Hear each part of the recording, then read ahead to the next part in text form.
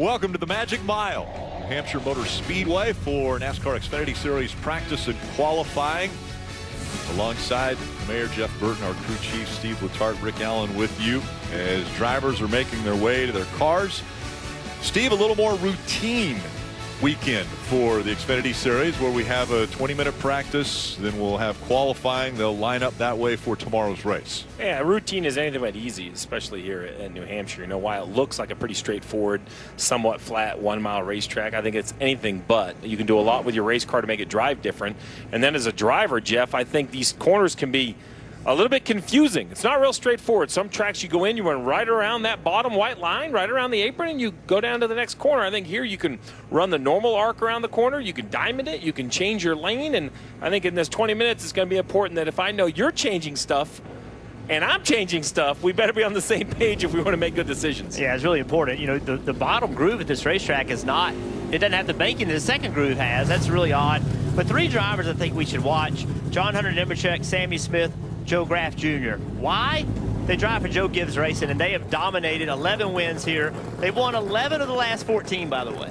So if I'm coming here, I want to be sitting in one of those cars because they routinely win. We've seen it over and over and over. They have just flat out dominated. We'll see if Joe Gibbs Racing can continue that success here. It was actually a Junior Motorsports car that won here a year ago with Justin Allgaier behind the wheel. Again, 20 minutes practice coming up next, right here on USA.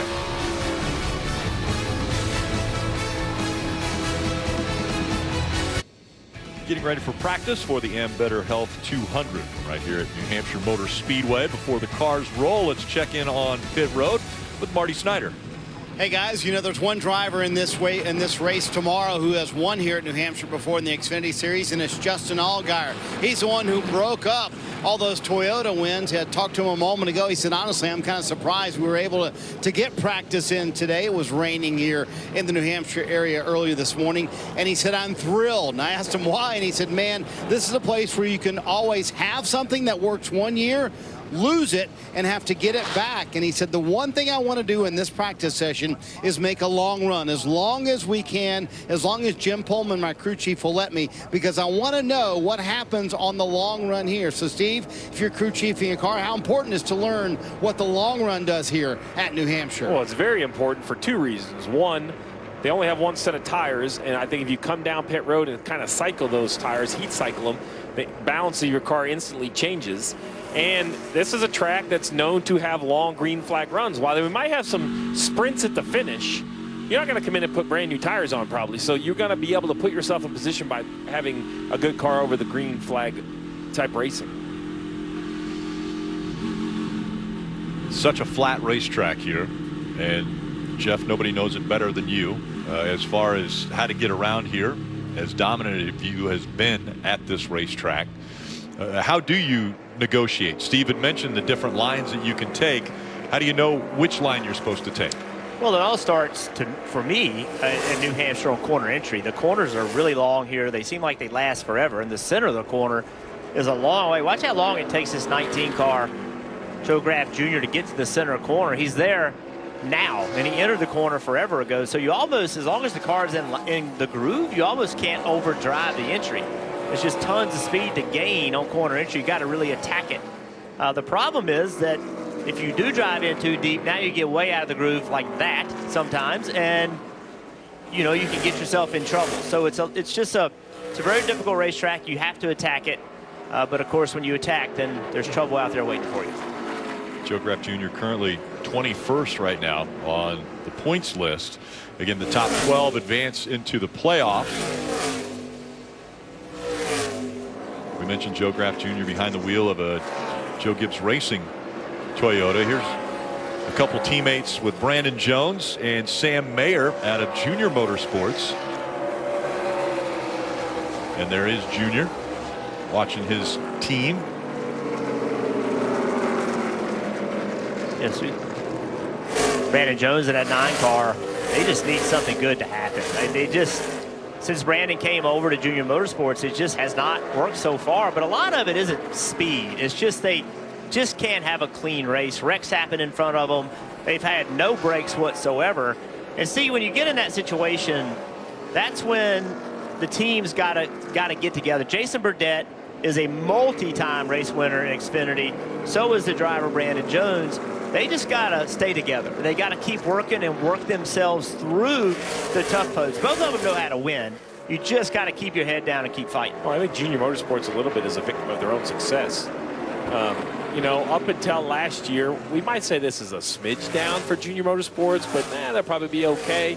They were just so impressive last year. I remember they had 3 cars in the championship 4 that I think it's maybe a little unfair, the expectations that some of us and maybe even themselves have set for themselves. It's just so hard. There's Jason Burdett. We talked about him earlier. Long-time crew chief with Justin Allgaier. Made the move over to Brandon Jones when he joined the organization. And right now, 3 Junior Motorsports cars in the top 4. So a good start to the practice. Well, 30 cars on the racetrack. We talked about it only being 20 minutes. We're closing in 3.5 already behind. And look at the traffic, and which I actually think is good here. Most tracks, I get frustrated with traffic in practice because I don't think you get to, feel what your car is doing. But this is one that I want my driver forced to go by, even if they're a little bit slower cars. Jeff, I want you to get out of your preferred group. Don't cover up something our car's doing. Get in a little bit of an awkward situation and see if it still does what you're hoping it will. And the reason why, Rick, is because it's very difficult to pass at this racetrack. And there's one thing, see what a 7 car is? He's making a pass. That's not the fast way around the racetrack. If you want to make lap time, you want to run one groove. If you want to pass, you have to run another. But you have to be able to do both. The fastest race car in 5th place, if he can't pass, is going to stay in 5th place. So you have to have a car that has speed, and also you can maneuver around the racetrack and put in different places. Jeff, we had this debate earlier, right before this practice. There was modified practice. They run a completely different tire than these Goodyear tires on these Xfinity cars. Obviously, Colleague had that opinion. We wondered if everybody would go out right away or if we'd see some guys wait to see if the track would get in. I don't want to call it better condition, but maybe a more accurate condition. All 3 Colleague cars on pit road. I think that is a clear decision by this team to just wait and let the conditions get a little bit closer to what I think they're going to have tomorrow. It's also, you can see it on the fast lap speed. So Sammy Smith, only his 3rd lap. He just went out on racetrack. Cole Custer, his 2nd lap just went on the racetrack. Their first, 2nd. Gralla ran as fast as on the 5th. So the track is getting faster as the cars go onto the surface. And it's just because of the difference in the tires, I think. And also, it seems like this racetrack, unless it's really hot, always seems to be a little bit better the more cars run on it as far as just making lap time. Steve, in the past, it always used to be that a guy would go out and practice and do a Q run, a qualifying run, to try to get a feel for what qualifying's like. That's in the past, right? We would never see anybody go out and say, all right, I'm going to do a qualifying run here in this practice session. So years and years ago, you could take your car and change the entire setup for qualifying. So that's why you would make qualifying runs specifically, because when you put tame on the nose, the balance changes. Then we went to this impound, which is, hey, this is the same setup they're going to race. Some teams still made a qualifying run because they were kind of figuring out what they need. Now these teams all know that we just worry about putting our car in the correct setup for the race. And when we add the tape and put the air pressure to it, these are the other 3 balance shifts we make. I wonder if it's not harder for the drivers, right? As a crew chief, I kind of just make the same shift. But as a driver, somehow you have to go pick up a half a second, 3/4 of a second. Some tracks a full second. And I would say here, it's one of the more difficult places to do it. This is a very difficult racetrack to qualify on. When you leave pit road and you sail that thing into turn 3, it does not make grip. It slides around, moves around. Now you got to come down the front straightaway and attack turn 1, and you don't know the grip level. It's a very, very difficult racetrack to qualify. Should I be super impressed? Should I be shocked? Sammy Smith making his first Xfinity Series start here. I just talked about how tough this track is, and all of a sudden he's up here at the top of the speed charts. Pretty impressive out of the 19-year-old. Marty. Just checking on Sheldon Creed, whose car had to be pushed down pit road. The throttle linkage, he said he thought, came undone inside the race car. You see a crew member leaning inside the car. Jeff Sankwitz, actually 2 crew members in there trying to make sure everything is okay. Car chief will go under the hood here as well. So that's better than the exact opposite problem of a throttle sticking, but the throttle linkage came undone, and he had to limp back to pit road, Steve. Well, remember, this is the same car a week ago. So Fast Atlanta had to change a transmission after qualifying. So now, 2 weeks in a row, mechanical issues limiting the opportunity for Sheldon Creed in this 2 car. This is a driver still looking to get his first win in the Xfinity Series. His teammate has won a few times, and Sheldon runs well. But these are the small things that kind of creep up. I mentioned it a week ago at Atlanta. Both the 2 of Sheldon Creed and the 21 of Austin Hill, they were the 2 fastest cars in the first round. They had to change transmissions before the race. See the crew member in here, and then the driver discussing it. So listen, do I think this throttle thing is going to bother them, tomorrow? Just like the transmission thing I thought was easy to overcome in Atlanta, it still just puts you a little behind, right, Rick? I mean, everybody when we say an even playing field, this is a issue that the team has that's going to put them behind everyone else who's on track practicing. Yeah, only 20 minutes are available for this practice session, and already almost 9 minutes have elapsed on the clock, and Sheldon Creed making his way back out onto the track. Diving in a little deeper with some of the drivers, we look at Joe Graff Jr., the 25-year-old out of New Jersey. He actually raced modifieds at Stafford Motor Speedway. That's about 106 miles from here in Connecticut. Won his first ARCA race, and that was at Berlin back in 2018. So the 25-year-old, again, behind the wheel of Joe Gibbs Racing. Okay, I'll tell you somebody else. I love this paint scheme on this car, Kaz Gralla. He started racing go-karts in Boston, just right down the road. So hometown, Boston, Massachusetts. I think he's a very talented race car driver. Remember, he won on a Truck Series race at 18 years old at Daytona, one of the biggest races in the Truck Series. He's been really good on road courses, but I think the guy can win at any racetrack. He just needs more time in race cars and better equipment to help him. Well, Parker Retzlaff in the 31 car, the 20-year-old out of Wisconsin, making his 27th start in the Xfinity Series. His first start here at New Hampshire, came on the scene right away this year, finishing in the top 5 at the Daytona race to start the year off. It's kind of been an average middle of the year, but a couple runs decent here recently, looking to continue that momentum, see if he can work his way into the playoffs. We've mentioned so many times the 51 of Jeremy Clements and that family-owned team. But you think about it, the family has been a part of greatness. His uncle, Lewis Clements, won the championship crew chiefing for Hall of Famer Rex White. And that was quite a few years ago. But Jeremy Clements really has been impressive as he's battled back from injury. Drive shaft broke and injured his right hand, had 11 surgeries, and it took him a little while to get back. But when he was told that he wasn't going to be able to race again, that just gave him more drive. Behind the wheel of the 44, the 21-year-old out of Washington, D.C., that's Raja Karuth. Raja actually was a high school track star at School Without Walls High School. Yes, and that is legitimately a high school. Looked it up. He graduated from there in 2020. Was a late model winner at Greenville, Pickens, and Hickory. So he has spent a little bit more time in the North Carolina area working on his late model skills, too. Connor Mozak, the 24 car, this week's driving for Sam Hunt Racing. Remember, he's run the 19 car, a little bit of Joe Gibbs Racing, ran it at Chicago. He's had 12 starts in the Xfinity Series, 6 of those on road courses, and that's where he's really good. Third in points in Trans Am TA2 Series with a win at Watkins Glen. He drove for Junior Motorsports in late model, so he's trying to get some oval track experience, a very good road racer, which I think is important today. You need to be a good road racer and an oval racer. A little deeper dive into some of the drivers that will be racing here this weekend in the Xfinity Series. Currently fastest Sammy Smith behind the wheel of the Toyota, that number 18 at the top of the charts. Racing in the Northeast.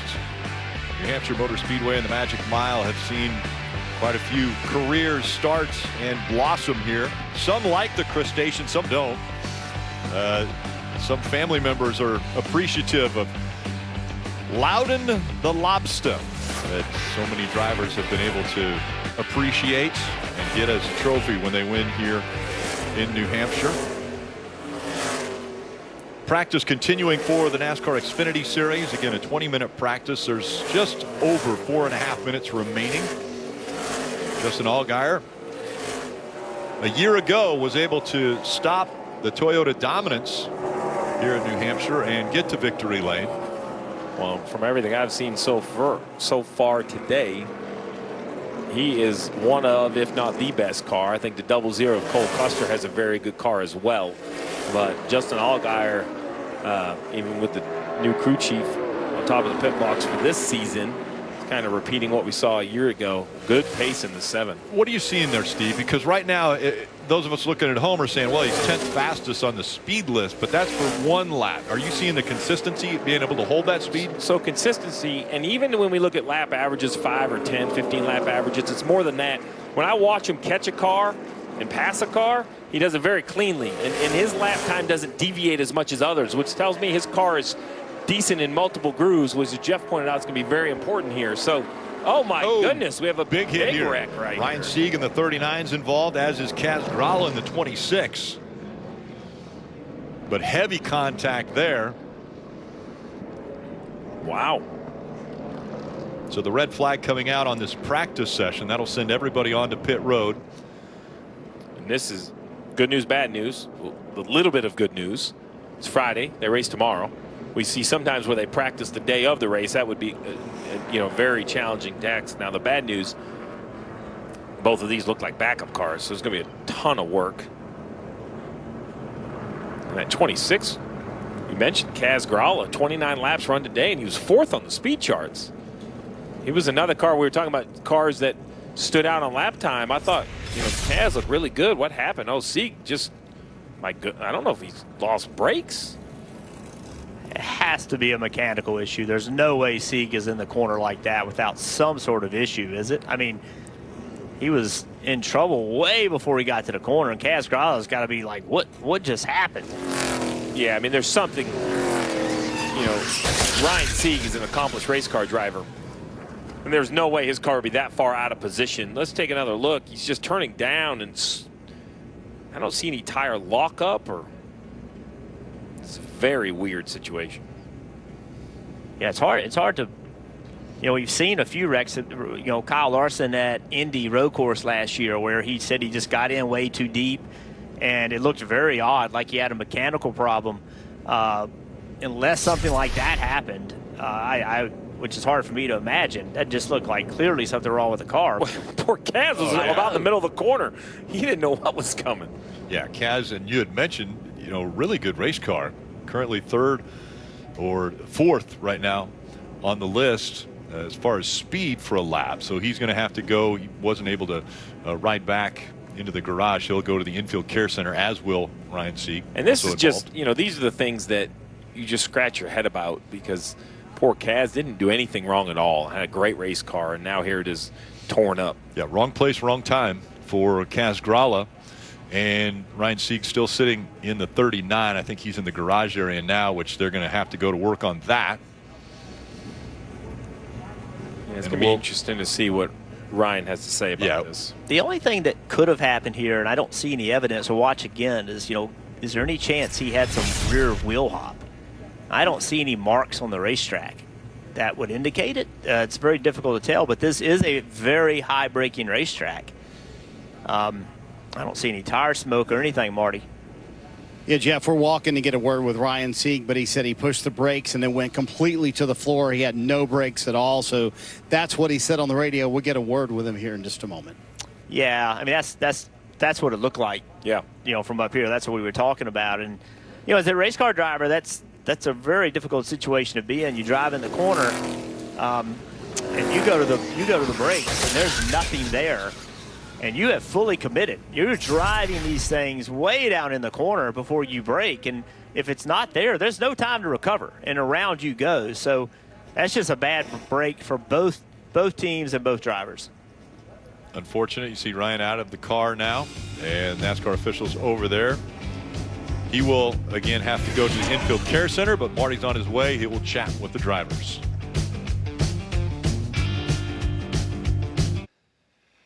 Round 7 of the Super Motocross World Championship from Spring Creek. What a great opportunity to catch the 19-year-old phenom Jet Lawrence during his historic rookie season. You can see the encore presentation Sunday at noon right before NASCAR Cup Series coverage on USA. So the wreck that brought practice to an end, right there, the 39 of Ryan Sieg sliding into the 26 of Kaz Grala. Yeah, unfortunately, we've mentioned it a few times. The 26, Kaz Grala having a really good day, top 5 on speed, kind of minding his own business. Really, if it is true that Ryan had no brakes, this is what Marty reported, he said over the radio, this is actually a decent result. I mean, this is a track that no brakes, very abrupt corners. At least he kind of got it turned around, and unfortunately, Kaz was there to kind of soften the blow. It doesn't help the emotional blows. He walked to the infield care center. And just to explain that, we saw him walk in there with his helmet and his Hans, and they're supposed to bring their helmets with them to make sure if there was any contact with the helmet inside the car, that way a doctor can look at that as well. So that's why they bring that with them when they go to the infield care center. We take a look at the results from a little bit shortened practice here for the Xfinity Series. Sammy Smith, we mentioned Joe Gibbs Racing successes, Joe Graff Jr., Kaz Grala, the other 2 Toyotas up there in the top 4. Great success. But you had mentioned Cole Custer as being one to look at and keep your eye on for the race tomorrow. Yeah, he's at the top of most of the averages when you look at 5, 10, and 15 lap. But that's race trim, and now we're going to see qualifying. And Jeff, you said it. This is a track. I know it's way larger than Martinsville, but it's the same idea of a good lap can go bad in a hurry with just a simple bobble. I expect the field, there's sometimes a standout near the pole, right? Somebody will have a big advantage. But second, third, down to probably 12th, 13th, 14th is going to be stacked in so close. So now the crews are transitioning from practice to qualifying. They'll be making one lap to determine where they will start in tomorrow's race right here at the Magic Mile. Full weekend from here at New Hampshire. Tomorrow at noon, it's Cup Series practice and qualifying, and then the Xfinity Series will race in the afternoon. Sunday countdown to green gets us kicked off at 2 o'clock here on USA, and 2:30 Cup Series racing. Beautiful country, Steve. This is near your home area. Yeah. State of Maine for you. Yeah, state of Maine. I've come to New Hampshire so many times when it was first remodeled to what we know it to be now. It blew my mind. I'd never seen this nice and this big of a racetrack in my life. Very scenic. And one driver who probably is not having a good time after what just happened on the track is Kaz Grala. Is he doing okay, Marty? Yeah, he's doing fine, Rick. You got a feel for him, though. This is his hometown race. They were 4th fastest in practice. How helpless is that feeling, Kaz, for you to be taken out, nothing of your doing? Man, that's frustrating. Yeah, that was probably the fastest we've unloaded all year, which is great. We were still making our first run there. We ran long, and I was so pleased with the way it was handling, and felt like we were going to have a really good shot this weekend. So obviously that's frustrating. That was completely out of my control. It looks like out of his as well, but just, man, that's so unfortunate. Our Island Coastal Lager GR Super was so fast. Fast as Xfinity 10G, and I was so excited to race it tomorrow. But hopefully the Sam Hunt Racing guys brought a good backup car. I think, I might be wrong, but I think this is the first time I've ever been in a backup car in my life. So new territory here, but we're hoping for the best, I guess. Well, you hope to put on a show for the hometown fans tomorrow in the backup car. And, Rick, you can hear the cars have rolled for qualifying here in New Hampshire. Yeah, already rolling is Chad Fincham in the 66. Finished 21st back in 2018. That's his best finish in 2 starts here at New Hampshire. Fincham with Wild Willies on the Ford. And again, it'll be one lap of qualifying, so they come off of pit road, get up to speed down the backstretch, and then take the green. And this is a track that in the past you would always run faster in your second lap. We're going to talk a lot about this entrance into turn 3. There's some bumps over there right in the braking zone that can really upset kind of getting your car into the right position. We'll kind of see as it continues what kind of grip and speed the track has in itself. Fincham in practice was 32.21, 32 flat, more or less, there for Fincham on his lap. It's kind of a good shot of look at the front splitter. You see the bumps right there. It gets real rough getting in. And those bumps are in a really bad place because it's right at the braking zone. So you got the front of the car loaded up with heavy braking. Car gets in there. Here's Rajah Caruth in the Circle Chevrolet. While we're watching this lap, let's find out what happened with Brian C. Marty? Yeah, let's check in with Ryan. And I heard you say on the radio the brakes just completely went to the floor. Did you have any indication something was wrong before that, Ryan? No indication. Everything was fine in the 3. It just went into 1, just went to the floor, and it's like they say turn right, but it's pretty hard to turn right in that situation and just trying to ride the wall. And I tried to do all I could do just to save myself, and then collected the 26 guys, and that sucks for our guys as well as the 26. It's going to be a tough one for us too to try to get another car ready. I don't even know what's in the back as the backup car. It just sucks for CMR Roofing and everybody that's part of this deal. We all work hard. Each one of our guys. Just sucks to wreck in practice like this. But I'll see what happened and just try to reevaluate and go on. We had a car almost as fast as 10G, but we were gaining on it. Just it's struggle here, and we were just gaining on it. Just sucks that now we have to start back over. What is the immediate reaction when you know you have no brakes and you don't have much time to make a decision? At first, it was like, oh shit, I'm just gonna go straight into the wall, and then you know what I mean. I just all of a sudden just turned left just to try to not run straight into it, and then turn left and gas it up and try to stay off the wall as much as I could.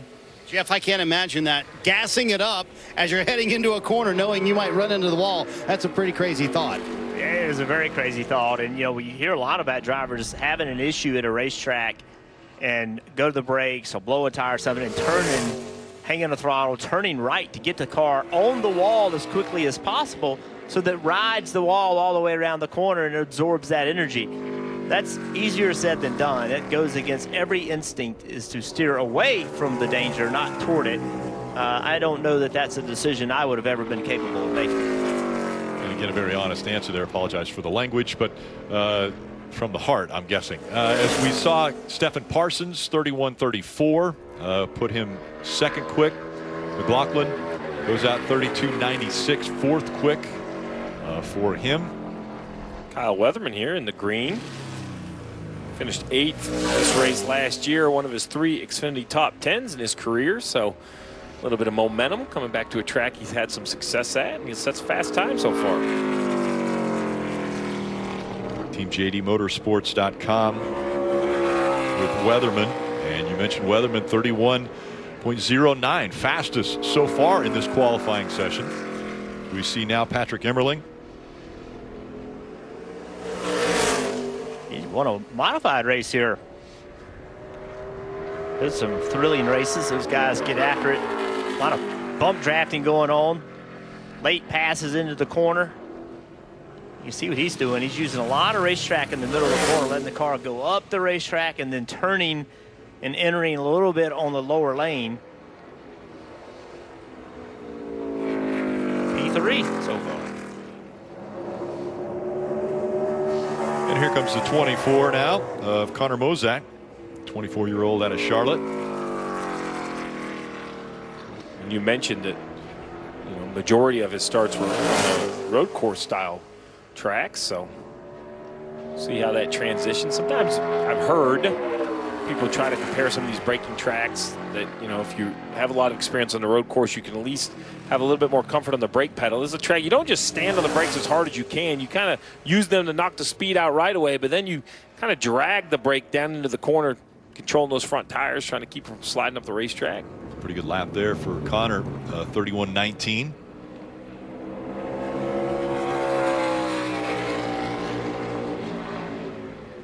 Greg Van Alst back at the track. We saw him a week ago at Atlanta. This will be his second attempt. Wow. Ended up getting in an accident last week. Back in, sneaking out on him there as he came out of 2. Seen a lot of drivers that are flirting with that wall as they come off of 2. Greg Van Alst having CB Fabricating as his sponsor this weekend. And Van Alst, after his lap, is the slowest of the 8 that have been out there, 33.31. Plenty more to hit the track when we come back. Qualifying continues from New Hampshire. Next out onto the track, the 02 of Blaine Perkins. One of 10 drivers that are attempting to make their first start here at New Hampshire Motor Speedway. Not their first Xfinity start, but the first at this track. Blaine, the 23-year-old out of Bakersfield, California.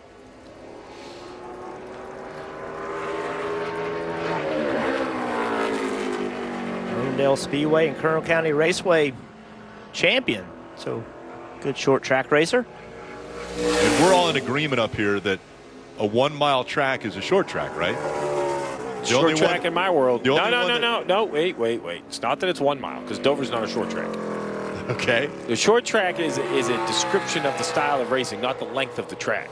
Okay, but when they clarify, they say a mile and under is a short track. Let's get down to Marty and Jeb. Let's give Jeb Burton a vote. Is this a short track or not? I think it is. There you go. Attaboy. I like that. What's the toughest challenge about New Hampshire? Finding stability and rear grip. It seems like every time you come here, you want the car to have enough grip, but you still want it to turn at the same time. So we were struggling a little bit with rear side bite and forward bite on the throttle. But Shane will get me hooked up here. It was so hard to tell who was fast and who was not there because everybody was waiting and going in modified rubber. So it's always different in qualifying. You just can't make a mistake in qualifying and go after it. All right, we're going to let Jeb hop in. Steve, I'm sure you've never, ever heard a driver ask that, right? Stability on entry and exit, and don't make it too free in the middle. Well, if you wanted to see what lack of stability on exit looked like, we just saw it right there from Chris Hacker. Left tire tracks off turn 2. And it is still very free. He just decided to save it to come back to the finish line on that lap. Looking to make just his second start in 2023.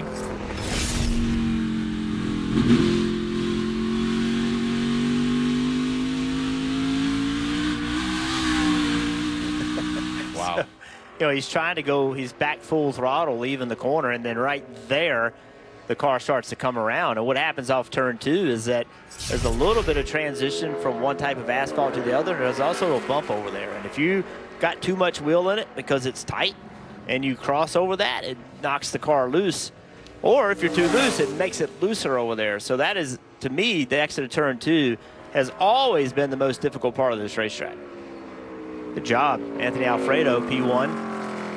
30.77 for Anthony Alfredo. That's the fastest lap that has been turned today. Practice, Sammy Smith was fastest at 30.83. So again, fastest lap turn right there by Anthony Alfredo. Interesting what Jeb talked about is that, we talked about it when we came home. A lot of cars sat there and didn't go out and run laps. Some guys ran super long runs. Some guys didn't. Like, who really does have the fastest car for just one lap? We really don't know that.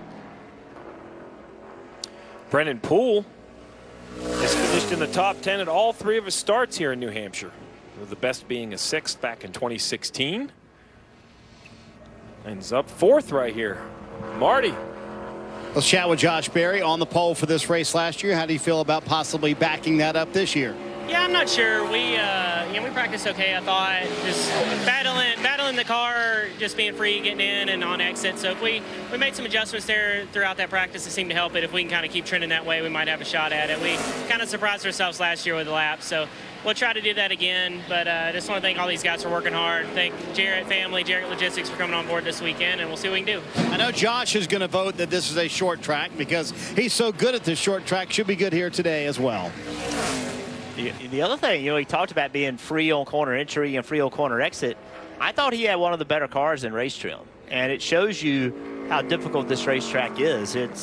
You want the car to turn. When you get just before the center of the corner, you need it to start rotating. But to do that, a lot of times the back of the car does not have enough rear grip, and it really gets difficult when you're loose on corner entry because you need to attack the corner. And if you don't have that stability with the rear, it's hard to be aggressive and attack the way you really need to. So back to the short track debate. The reason I don't say it's length of track because I wouldn't consider a 1 mile track at Dover a short track. I consider this a short track because you run brake ducts, you get on the brakes, you drive it more like a short track. Phoenix? Short track. Okay. I am in agreement with him, by the way. Okay, I knew the only person I think was in disagreement was the one that's not up in the booth right He doesn't get a vote. What do you think, Dale? No, he doesn't get no vote. No. I heard him yell he's wrong. Riley Herbst now on the track, and we see him right now trending in the red about a tenth and a half. Now going in the right direction. Riley also had a good car in race trim. This team, I think, is just that far away from getting the win. They are so close. Riley has gotten better and better and better every year. A lot of confidence in this driver. They're just doing a good job. Crew chief changed recently. Davin coming on board as crew chief. I just feel like this team is really close. Obviously fastest right now. So a lot of good cars left to go, but a good lap. Sheldon Creed right here in the 2. He had that issue with the throttle linkage early in practice. Limited a little bit of track time and didn't seem to hurt the pace so far, but he's going to give it up on corner exit. So you see what he's doing. You look at the lap time. In turn 1, he drove way down in the corner. Let's see if he does it in turn 3. He's gaining time. Now will it turn? Will it turn and be able to go to the throttle? Obviously, he could not get it rotated. He could not go to the throttle, and therefore Riley Herbst ran a faster lap time. A little bit slower there for Sheldon Creed, 30.759. Improvement upon his practice speed, but not fast enough to upset Riley Herbst. There's plenty to do in the area when you're not right here at the racetrack. Plenty of lakes all the way around and beautiful country. See hiking, a lot of other sports you can take in when you come to New Hampshire. Qualifying continuing, and now it's Brandon Jones who's on the clock. He also got into turn 1 very well compared to Riley Herbst. We'll see if he can hang on to it. Yeah, he shipped it in there, but it turned reasonably well. He's able to get back on the throttle. Again, a lot of speed into the corner. Not having to use a ton of racetrack. Now he's got to be wide open in the gas. Held on to quite a bit of the speed. And that's going to be the fastest lap, a considerable improvement. Brandon Jones, 30.356. I think Brandon's been one of those drivers that we've expected to see great finishes out of him. And as you mentioned earlier, it's just had one thing after another that has stopped him from getting those great finishes. We see Joe Graff Jr. now on the clock. And I feel like all the junior motorsports cars were pretty quick in practice, so they brought really good race cars. And to put it in perspective, that's a half a second faster than we've seen anyone run in practice. Yeah. Jason Ratcliffe, crew chief on this car for Joe Graff Jr. 6 wins here as a crew chief. It's pretty good experience. Turning the wrenches, and Joe Graff Jr. 5th quickest on that lap.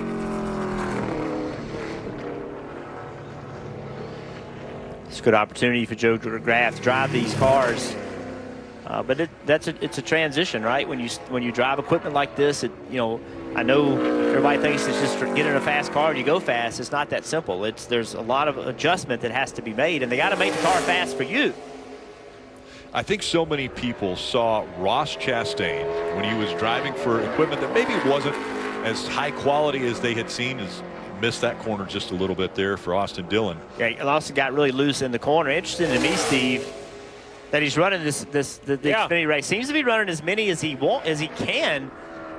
It's an interesting play because these cars are so different than a Cup car. Yeah, it's their rules. If you don't tune in every week, if you run in the Cup Series for more than 3 full-time years, you're limited on your exposure in the Xfinity Series. I think it's to 5 starts. There's some other rules about the playoffs and other things. So, to your point, I think Austin's going to try to run as much as he can. Parker Etzlaff here in the 31. Marty with the other Parker in the field.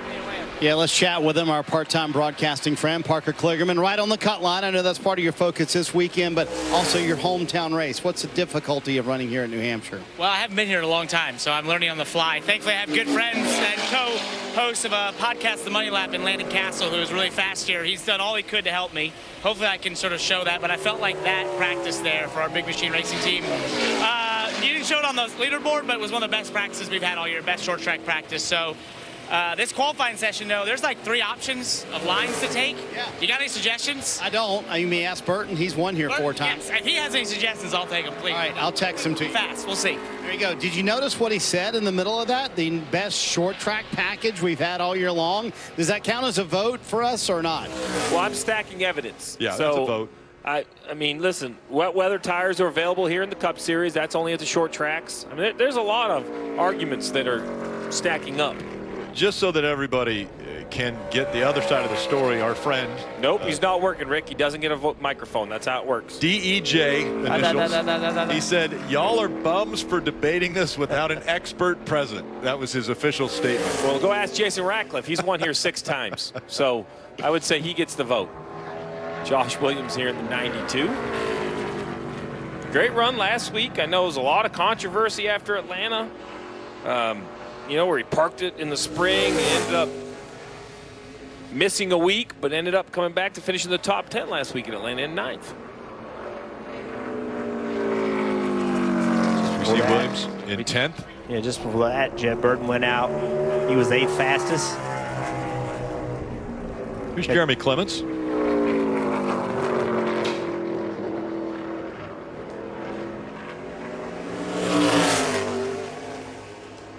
Jeremy Clemens was really fast last week in Atlanta. Had a see right here. Oh, look at him work the wheel. It's it's like a big parking lot. You kind of go down in there. You kind of pick which seam you want to shoot for. Try not to get your right sides hooked on that seam. Spartan waist on the hood of the 51 of Jeremy Clements this week.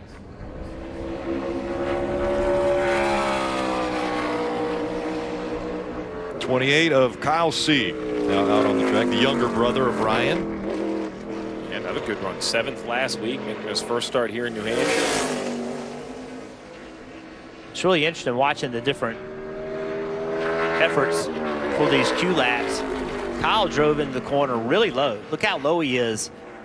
And he turns, and he's got his left side tires very close to that inside white line. Other guys enter a little bit higher, use more racetrack, and try to enter low, exit low. I don't know there's a right or wrong way. You just have to drive it the way you think is best for your car. So the other thing that people might see and say, well, last week I watched Atlanta, and there was a double white line, and you weren't supposed to go below that. That was out of bounds. Well, we've got a double white line here, but the rules are different at this racetrack. Oh, yeah, go wherever you want. You see Josh Berry, good lap going right here. I think Josh, he talked about his car, but I think his car is better than he was leading on in his interview a little bit ago. And you can see it right here, a really good lap. Oh, so quick getting in. Can he hang on to it? And he's going to. What a good lap for Josh Berry, fastest at a 30:31. Junior Motorsports, 1-2. The 8 and the 9 topping the charts for the Chevrolets out of Junior Motorsports. And right now it's Josh Berry who is fastest. NASCAR Fan Rewards, it's free to join. You can earn points all season long by watching racing, which you're doing now, answering trivia, playing fantasy. You can buy race tickets and earn points. You save those points, trade them in for free tickets or autographed merchandise, exclusive NASCAR gear, one-of-a-kind race day experience. It's all available to you. All you have to do is visit NASCAR.com/fan rewards. Some of the fans enjoying the practice qualifying here. I love the hill on the backstretch too. Everybody kind of tapes out their area. Yes.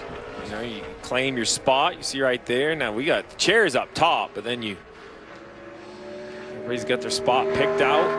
Brett Moffitt here in the 25. You know, Steve, the very first race we ran here, I quickly recognized that the racing fans they love it here in New England. I mean, they came out, that first Xfinity race here was crazy how many people were here.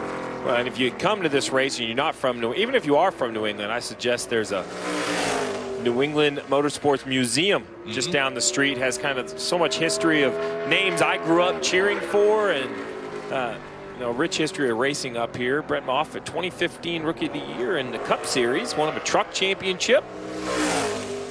kind of finding a home here with this new Xfinity team. Yeah, they've been good lately. Finished top 15 in the last 5 races. Oh, watch the little brake issue oh here. Boy, yeah. Dick Berggren has a lot to do with that museum. Yeah, correct? Dick. Yeah, huge part of creating it and raising the funds necessary to build it. It's just really right at the kind of other end of the property. Yep. great racing history, this part of the country. Some hardcore racers. Wow, big lap started by Chandler Smith here, trending almost a half a tenth better than Barry. We'll see if he can continue down here in 304, in over the bumps. You see that left front tire working a little bit. It's all about back to the throttle, though, and you see quick commitment, and the time is gaining rapidly. Wow, that is a great turns 3 and 4 and a really nice lap. Chandler Smith has done a really good job in this race car. From the time he rolled in it, there's speed there, there's racecraft there. This young driver, he's got a very good future ahead of him. And how about the different tracks? A week ago at Atlanta, the high banks of Atlanta, he was on the pole, and now he's the fastest so far at this very flat 1 mile here in New Hampshire. And I mentioned the left front. You know, this is a track that I always enjoy coming to. Oh, big correction for the 7, because you can still see the cars pretty good from on top of the hauler, and I really would focus on the left front. It kind of shows how much they're working the wheel back and forth if they need to. Got to see a little bit right there. Pretty calm through the middle. This is a pretty good recovery for a pretty big moment in 1 and 2. Big slide trying to get out of 2, get through 2 for Justin Allgaier. That puts him 3rd. Yeah, just real aggressive going back to the throttle, and the back of the car just couldn't take it. But that's what you have to do. If you're going to run a 30-15, you have to go to the throttle expecting that it's going to hook up. This racetrack is very odd. A lot of racetracks, the car talks to you a little bit. It says, hey, I'm too loose. You cannot give me the throttle. This racetrack, you have to commit, and then you get loose later after the throttle. Yeah, just listen to the throttle, like a corner exit. Look how gradual he has to get into the gas.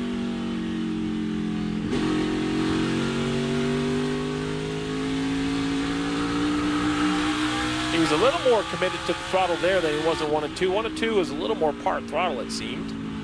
0.3 of a second off of what we've seen already out of Chandler Smith, as Sammy Smith, no relation, 5th quickest. Here comes Parker Kligerman in the 48. Parker said the best short track package or practice that they've had all year. So let's see what he can make happen here. See if that turns into a fast lap. I've already mentioned the points, right? Parker's the first team on the outside, 6 points behind Riley Herbst for that 12th position.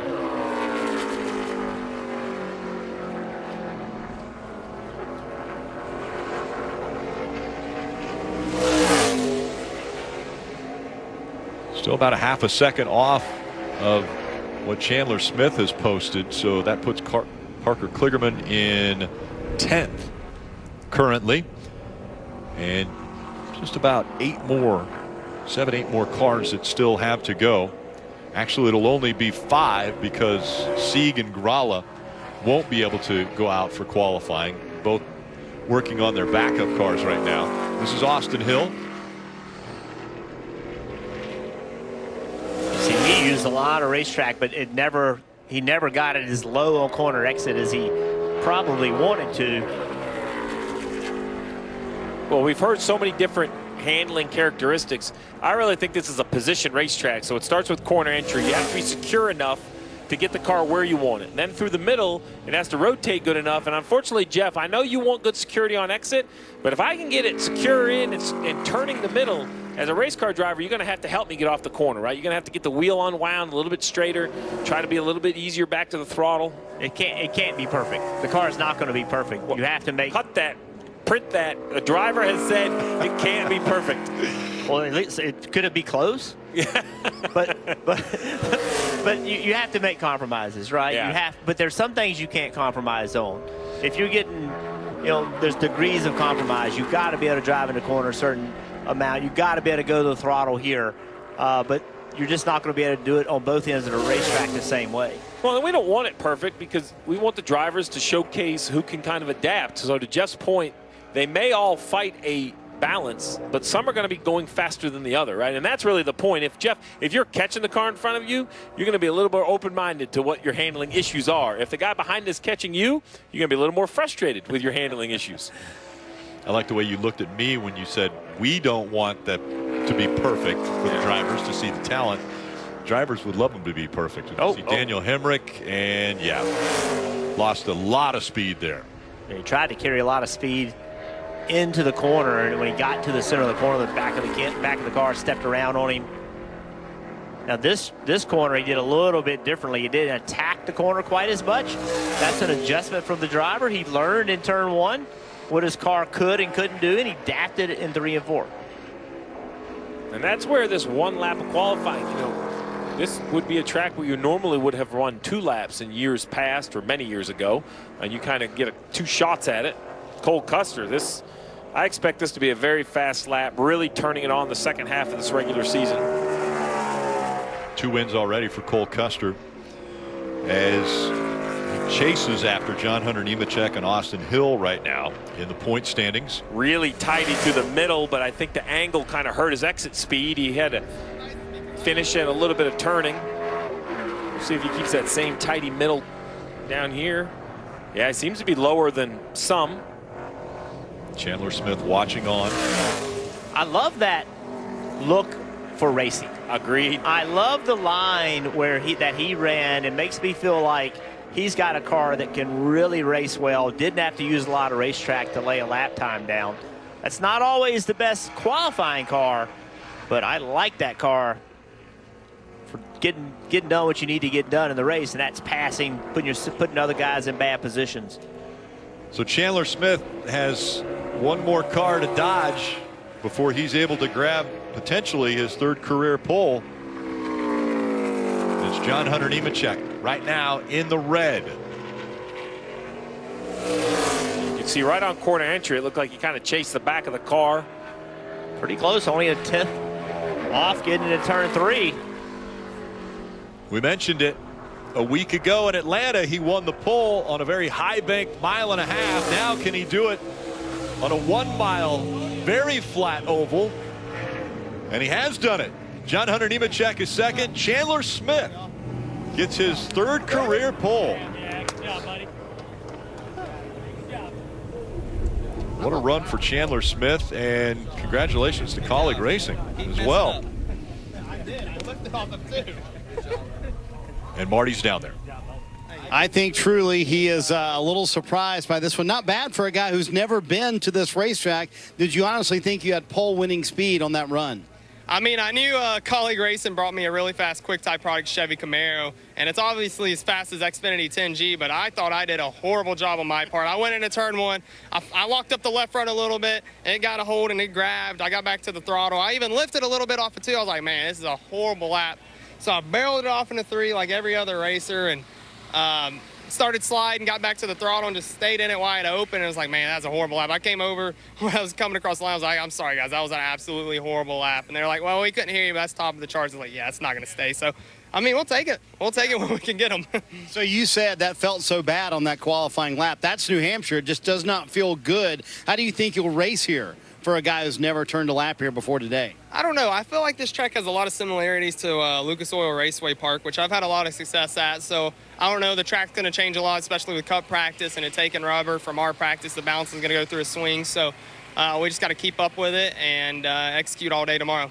Back-to-back poles for this race team. How do you feel about where you are, probably, a little over halfway through your rookie season here? I'm just thankful to be here. I'm glad the good Lord blessed me to be able to be running at this level of at auto racing with such a good group of guys like I have behind me. There you go, Chandler Smith on the pole back-to-back weeks and had never seen this place before today, Rick. That's pretty impressive. Yeah, and it surprised me. Jeff, have you ever finished a lap and apologized to your team and then it ended up being the pole-winning lap?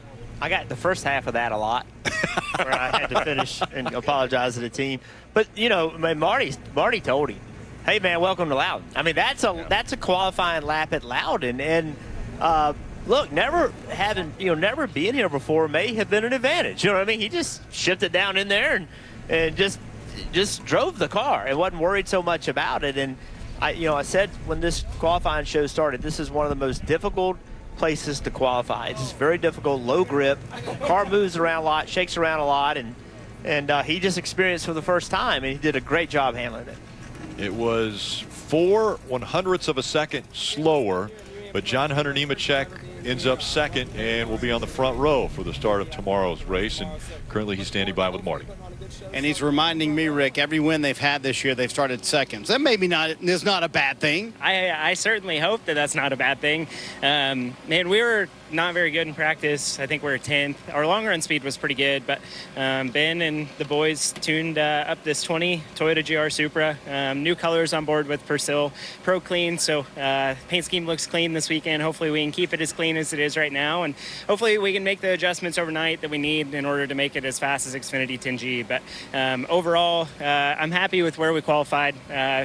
Qualifying second definitely stinks, but it could be way worse. So we're ahead of the guys that I felt like were really good in race trim and practice. So who knows? If you had to pick a word to describe racing at New Hampshire, what word would you pick?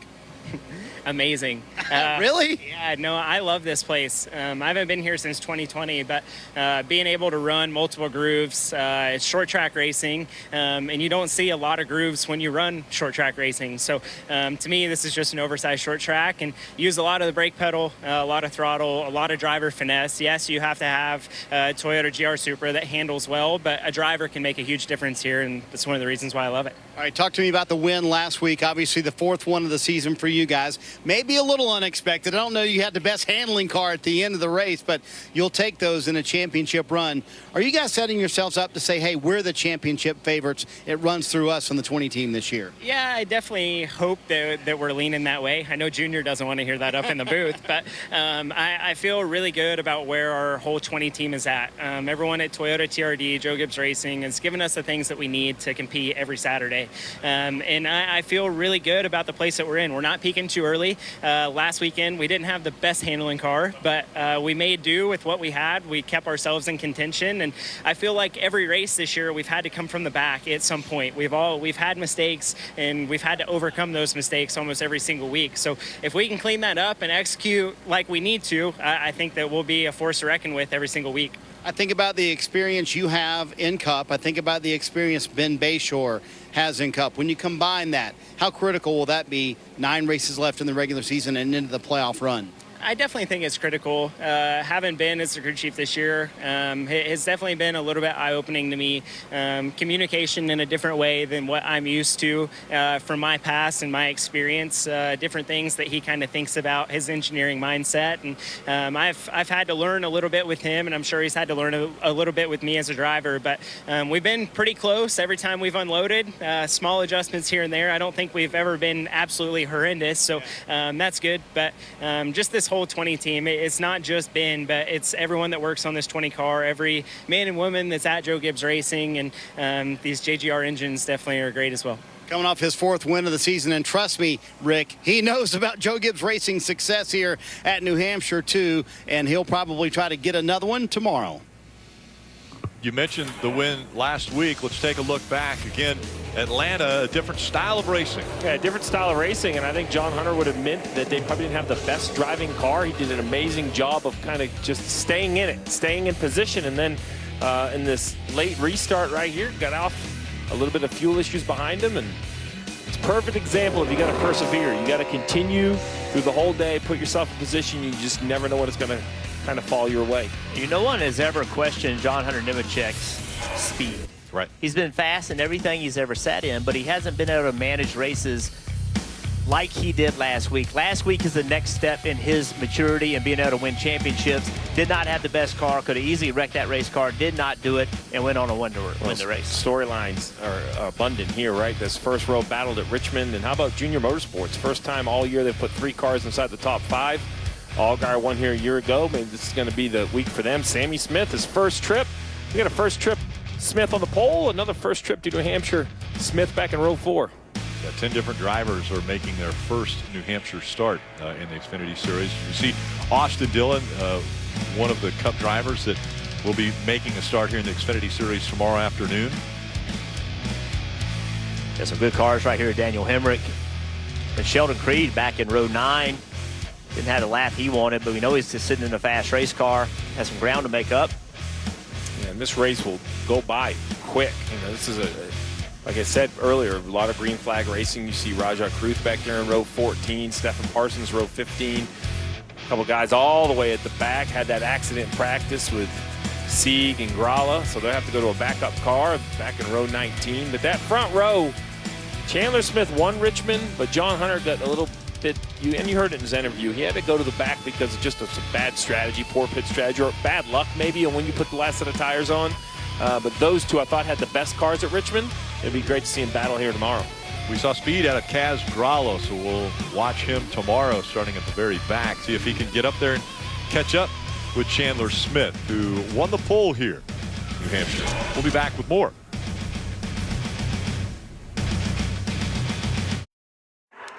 Yeah! Woo! Way to go. Have some fun tonight. Baby. Nice job. Attaboy.